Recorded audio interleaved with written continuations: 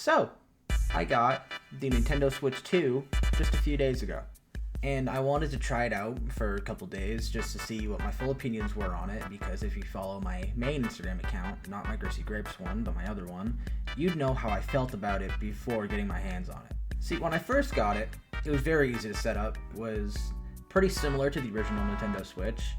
It won't be the last time you hear this, sadly. But after I logged in, set up everything, the first game I decided to try was the new Mario Kart World game.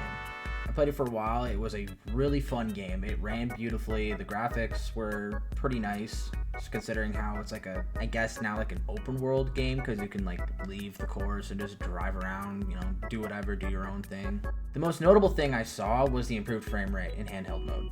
It was so much smoother than I thought it was going to be. But it didn't really live up to the hype that the diehard Nintendo fans gassed it up to be, though.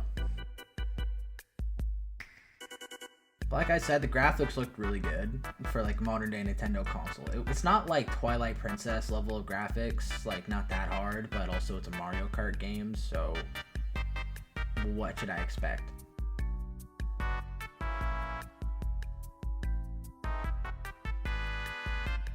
It's also much faster than the original. It loads games like 2 times the speed now. Like usually I'd have to wait like 5 minutes to play like Tears of the Kingdom, but now it took me like 10 seconds just to load in. I will say it is very similar to its older brother, and not in a great way. The homepage is very similar, which is okay, I guess. It makes navigating feels like second nature, but it also feels unoriginal and a bit boring. Instead of making a fancy new homepage, they just slapped new designs over the original UI and called it a day. I hope they at least give us new backgrounds for the Switch 2 later on, like what they did for the 3DS. Because with the Switch 1, it was just, you got black or white. That's it. When using it in dock mode, it is amazing. I was able to run it with 4K resolution on my TV, but you can only run it on 60 frames if you run it at 4K. So you don't get the juicy 120 frames like you would if you ran it at 1080p, which isn't really that much of a difference if you don't really care about picture quality. I don't, but I also don't care about frame rate that often when playing on a Nintendo Switch.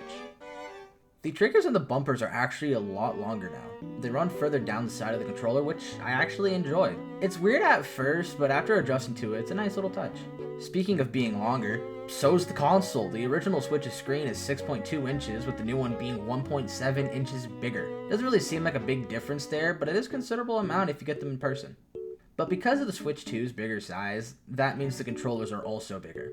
It's a bit uncomfortable at first, they're a bit long, but I know I'll get used to it like I did with the original.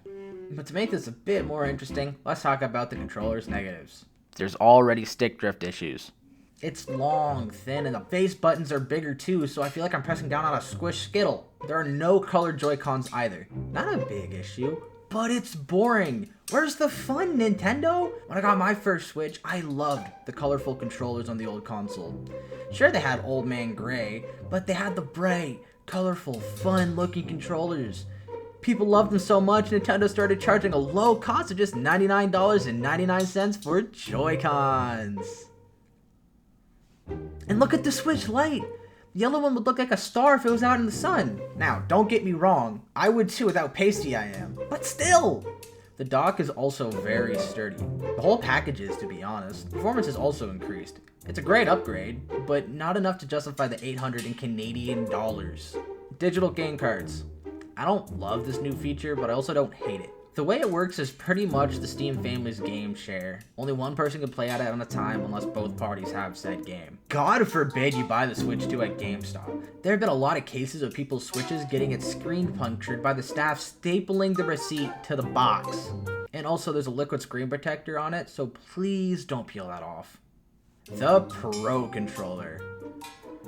My oh my, we love the Pro Controller. But what we don't love is having to pay $110 to get it. Nintendo, what are we doing? It's more practical just to get a knockoff plug-in one for $60 less.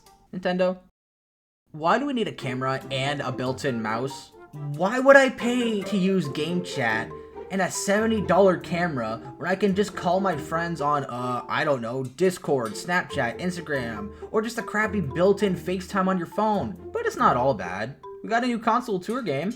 Huh? What was that? So you're telling me that it's not included with the Switch, but there's a $10 price tag with it. Oh, and it requires you to have the camera. Right. But in the end, it's not a bad console. It's a great upgrade, but not overly deserving of the sequel console title. It's like I said, a cool upgrade, but not really much different from its predecessor. But you know what else is cool? You hitting the subscribe button. It really helps out the channel.